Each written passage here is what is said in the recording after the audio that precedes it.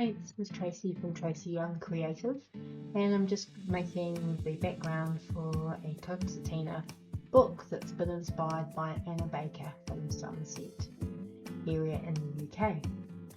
These are little collaboration journals, and you can see I've actually already done a little bit of gessoing underneath and a bit of line just to give some texture. And I'm just now going over with a bit of colour. So I've done that with leaving the gesso on the stencil overnight and just allowing it to dry naturally, and then pulling the stencil off, and it just leaves this lovely image underneath.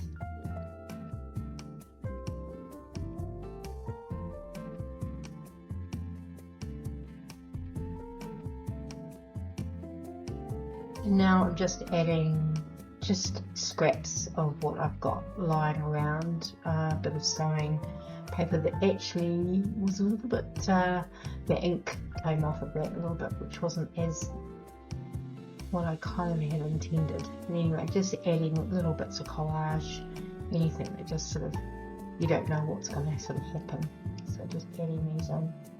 It's quite good to have an intention really as to where this is going, and that sort of kind of guides the whole process.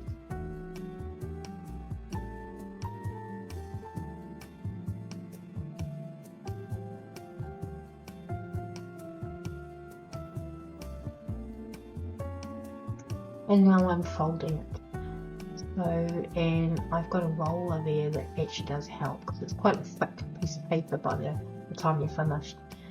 And yeah, the more careful I could be with folding, sort of the better it all works together. But you know, just do your best. And then I've just used scissors and cut them out.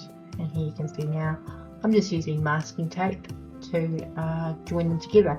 And you can do them in any order, just do it whatever feels right for you. You can use some washi tape as well.